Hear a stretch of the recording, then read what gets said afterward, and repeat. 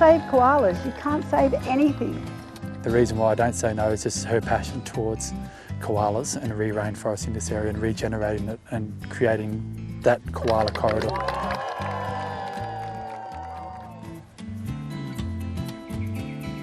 So welcome everyone. I just wanted to thank all our landholders, all our volunteers. She's 100 miles an hour. I think her efforts is unbelievable. So let's get cracking. She is amazing, and it's all for koalas. Can you imagine saying no to Linda Sparrow? You'd do it over the phone, you wouldn't do it face to face. A decade ago, Linda Sparrow dedicated her life to saving koalas. She co-founded eco-charity Bangalow Koalas to plant food and shelter trees in New South Wales's Northern Rivers region. We have a never surrender policy. We're never, ever, ever going to give up. If you can't save koalas, you can't save anything. Like seriously, what hope has some lizard or a frog or anything else got? Plantings across 7 shires link patches of isolated habitat to create wildlife havens and corridors.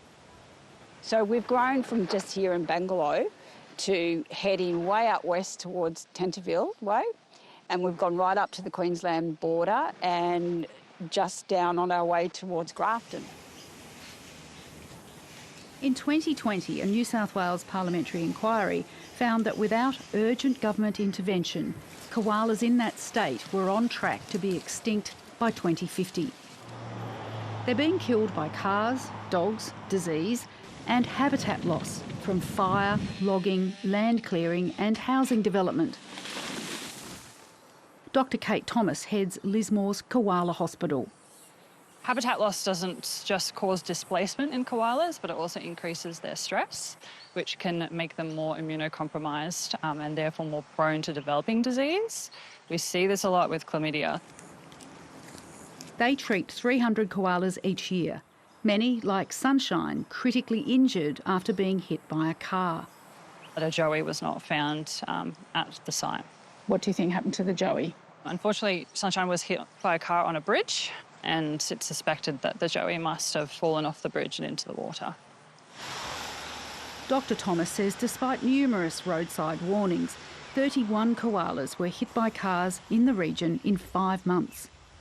Only 6 of them actually survived treatment and release, so that's a survival rate of just 20%. So a lot of them either died on impact or were euthanised due to the severity of their injuries. We actually wanted them to come. She applauds what Linda and Bangalow Koalas are doing. Protecting and planting koala food trees is absolutely critical. Every tree counts. It is just incredible seeing these people and their commitment to koalas.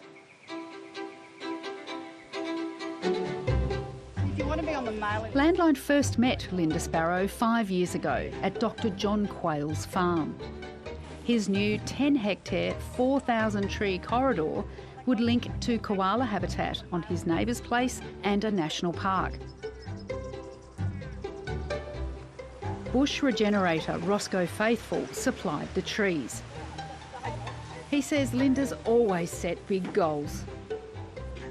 A few years ago, she came up to us and said, "Oh, I just want to plant a couple of thousand trees," and we were fairly busy at the time, and I thought, oh, well, a couple of thousand trees, you know, that was 100,000 trees ago.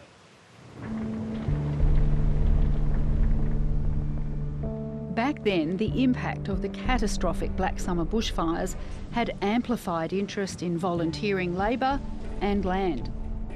In New South Wales, it's estimated 6,000 koalas were killed, with 80% of their habitat destroyed in some areas. The federal government officially lifted the threat level of koalas from vulnerable to endangered in New South Wales, Queensland and the ACT in February 2022. This tree is the dunai, and for koalas this is like chocolate. It just feels like a softer leaf. Retired tennis champion Pat Rafter was one of the hundreds of landowners who wanted to help Linda help save those that are left. He's hosted several plantings on his small farm. The reason why I don't say no is just her passion towards koalas and re-rainforesting this area and regenerating it and creating that koala corridor. You need people like her to create that energy and she's got it, and I'll support anyone who shows that passion. Then, in 2021, Linda's goal was to plant 250,000 trees by 2026. 5 years later, we returned to see if the urgency to save koalas was fading, along with the memory of the fires. Linda says the need for trees has actually grown due to housing developments and the difficulty in securing grants to buy trees. We're managing to engage communities, community groups, Indigenous rangers, schools. Everyone's coming together, and there's all the communities behind us. We just don't have the funding to keep doing what we want to do.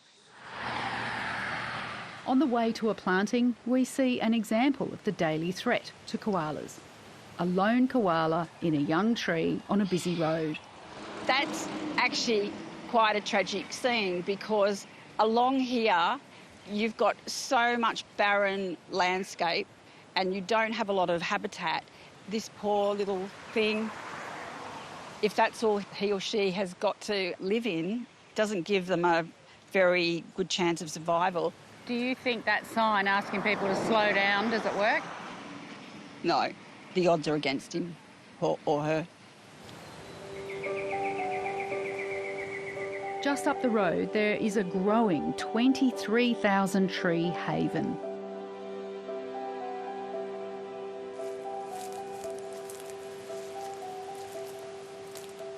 We planted these in 2022. 18 months after we planted, they were already using these trees. So look at that. That is just good shit. That's the wonderful thing, is if you plant, they'll come. Lisa Rose, one of the property's owners, barely contains her excitement each time she spots a koala. How lucky am I every day? It's such a time waster, but a good one. We've got a beautiful mum koala. Oh, wow. Oh, there's the baby? Yes, there it is. Oh, that Joey is so adorable. From 5 trees to nearly 23,000 trees. Yeah. That's amazing. Yeah. It makes me feel good in here doing something for the koalas and our planet, you know. It's leaving a legacy. Co-owner Michael Flanagan says it was easy setting aside land for trees on his 4 farms. The farms I've got, I'm really a custodian for those, for my family and their family, and hopefully we will pass them down to our family and it'll be a better place than what it was when I bought it. He's one of a handful of people who've had more than 20,000 trees planted on their properties.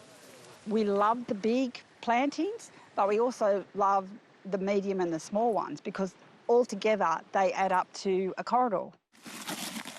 A Lismore koala tree nursery, established with bushfire recovery money, some donated by French beauty brand L'Occitane, is still going. We've given away 281,000 trees, and there's still massive demand, so we're massively growing to keep up with that demand. But because koalas don't respond well to relocation, Mark sees a grim future for koalas stranded by urban encroachment. I think some of those semi-urban and urban populations are really doomed. It is sad to see them living in those environments. You know, I'd love to see them out in the bush. You can't relocate koalas, so sadly they're stuck where they are. And yes, you will see extinctions of those colonies. Linda says each tree planting event generates calls from new volunteers and landowners, and she keeps lifting her goals. First started, it was 100,000. I'm like, no, let's make it 250, and then it was 250. No, let's make it 500,000. This event, though, was one of the most significant in 10 years, the planting of the 500,000th tree. This is such a crucial site because there's a lot of koalas in Possum Creek. There is. Glenn Wallace, who's had 4,000 trees planted by Bangalow koalas, was proud it would be on his land. Very special that she's decided to do it here. It's pretty important to Linda. She's worked extremely hard to get there, and it's an enormous achievement. He was thrilled a koala showed up for the first tree years ago, and again when old favourite Wookie showed up for the 500,000th. Just moments like this when everyone's making the effort to come on board and, donate their time to have this guy make a show. That's really special. He's been to the hospital and come back, and he's just showing his face for us, and I guess a little bit of appreciation for everyone's hard work, I guess. Roscoe Faithful's son Seamus had brought along suitable species for the region that also took into account future changes in climate. If you have one with a pot, please just give it a gentle squeeze. Don't break the bottom, just tease it out like that. He picks the species for each property and everything like that. And, you know, we're working with nurseries and ecologists and horticulturists and the whole thing. So, you know, we're using all that to decide what we're doing. Volunteers came from everywhere. Charlotte Gittins flew from Melbourne. What she's achieved is phenomenal, and she works so hard, and any way you can sort of help and support, like, I just wouldn't miss it. And yeah, it's just too special to let it go. Carmel Harrington's family came to pay it forward, as Bangalow Koalas had planted 22,000 trees on their land. If there weren't people around like Linda, then there wouldn't be. The koalas would be gone. And this is her 500,000th tree, so, I mean, why wouldn't I be here? Dylan Jennison works in a bank in Lismore. With all the forest fires we've had over the years too, it's been really sad, but things like this, just getting out in the community, planting trees and helping out, even if it's just for a couple of hours to plant trees, goes a long way. Everyone, drums roll. Volunteers planted 1,500 trees in half a day. Linda had the honour of planting the 500,000th. Voila!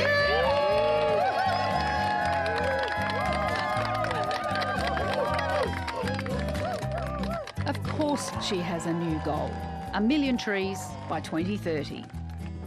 That's going to give the koala population in the northern rivers so much hope that they can survive and thrive here. And it's actually not just about the koalas as well, it's all the other wildlife. We're planting for glossy black cockatoos and all these other threatened species. It's hope for the planet, and it's also hope for all of us. Guys, come on!